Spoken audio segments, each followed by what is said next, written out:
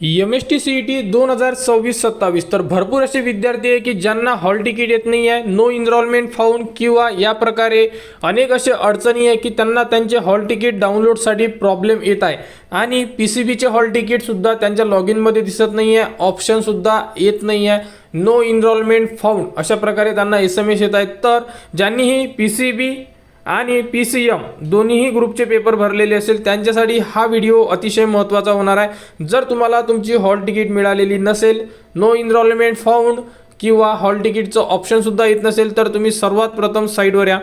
साईडवर आल्यानंतर CET examination portal 2026-27च्या ऑप्शनला click करा.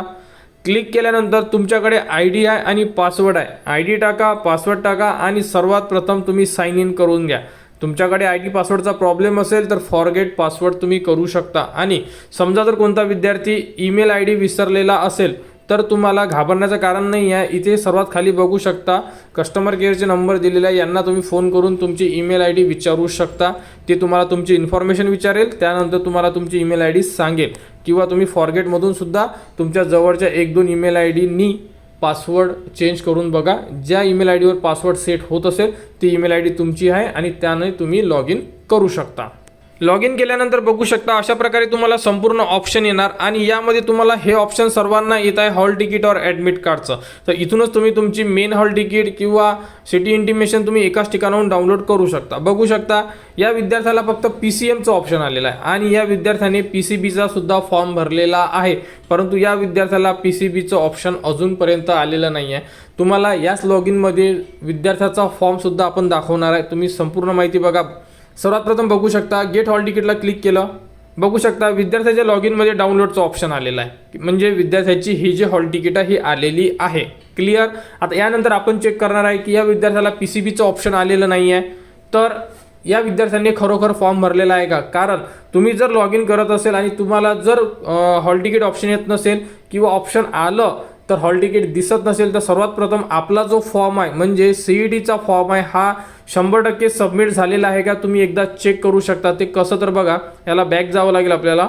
त्यानंतर इथे जर आल्यानंतर तुम्ही CET रजिस्ट्रेशनला जर क्लिक केलं तर इथे तुम्ही बघू शकता CET म्हणजे MST-CET 2026 तर इनरोल, इथे इनरोलचा ऑप्शन आहे. म्हणजे याचा अर्थ या विद्यार्थ्याचा जो फॉर्म आहे हा 100% बरोबर भरलेला आहे, म्हणजे पेमेंट वगैरे सर्व झालेलं आहे.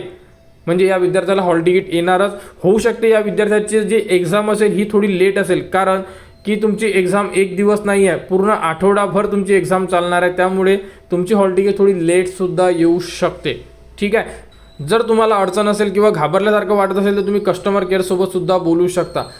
तर या फॉर्ममध्ये आपल्याला फक्त PCMची हॉल तिकीट आलेली आहे, परंतु या विद्यार्थ्याने PCBचा फॉर्मसुद्धा भरलेला आहे, परंतु या विद्यार्थ्याला PCBचं ऑप्शनसुद्धा आलेलं नाही आहे. तर बघू शकता आपण काय करणार, हा विद्यार्थ्याने फॉर्म भरलेला आहे एकदा चेक करणार. तर MST-CET 2026ला क्लिक करा. क्लिक केल्यानंतर बघू शकता रजिस्ट्रेशन क्लोज दाखवत असेल तरीही घाबरण्याचं कारण नाही आहे. पेमेंट हिस्ट्रीला तुम्हाला क्लिक करायचं आहे. पेमेंट हिस्ट्रीला क्लिक केल्यानंतर तुम्ही बघू शकता तुम्ही पेमेंट केलेलं आहे, सक्सेस आहे. इथे संपूर्ण माहिती दिलेली आहे. इथे बघा व्ह्यू रिसिप्ट आणि व्ह्यू फॉर्म दोन्ही ऑप्शन तुमच्यासमोर आहे. तुम्ही इथून तुमचा फॉर्मसुद्धा डाउनलोड करू शकता. बघा रिसिप्टला जर क्लिक केलं तर तुम्ही पैसे भरल्याची पावती येऊन जाणार, परंतु आपल्याला फॉर्म चेक करायचा आहे. तर फॉर्मला जर क्लिक केलं म्हणजे व्ह्यूला क्लिक करा.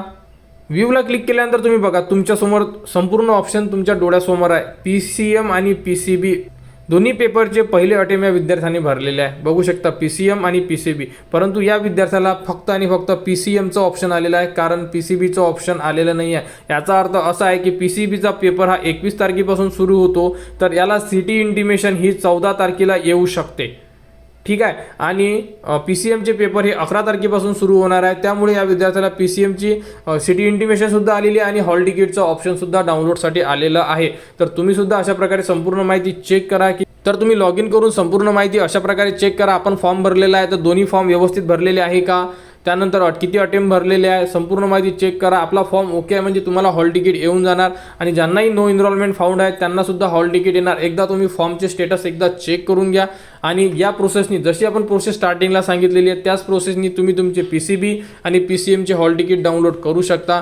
तरीसुद्धा तुम्हाला अडचण असेल तर कस्टमर केअरचे कॉन्टॅक्ट डिटेल्स साईडवर उपलब्ध करून दिलेले आहे, त्या नंबरला फोन करून तुम्ही संपूर्ण माहिती घेऊ शकता। तर MST CET 2026-27 बद्दल जी पुढील अपडेट येईल ती तुम्हाला आपल्या चॅनलवर देण्यात येणार।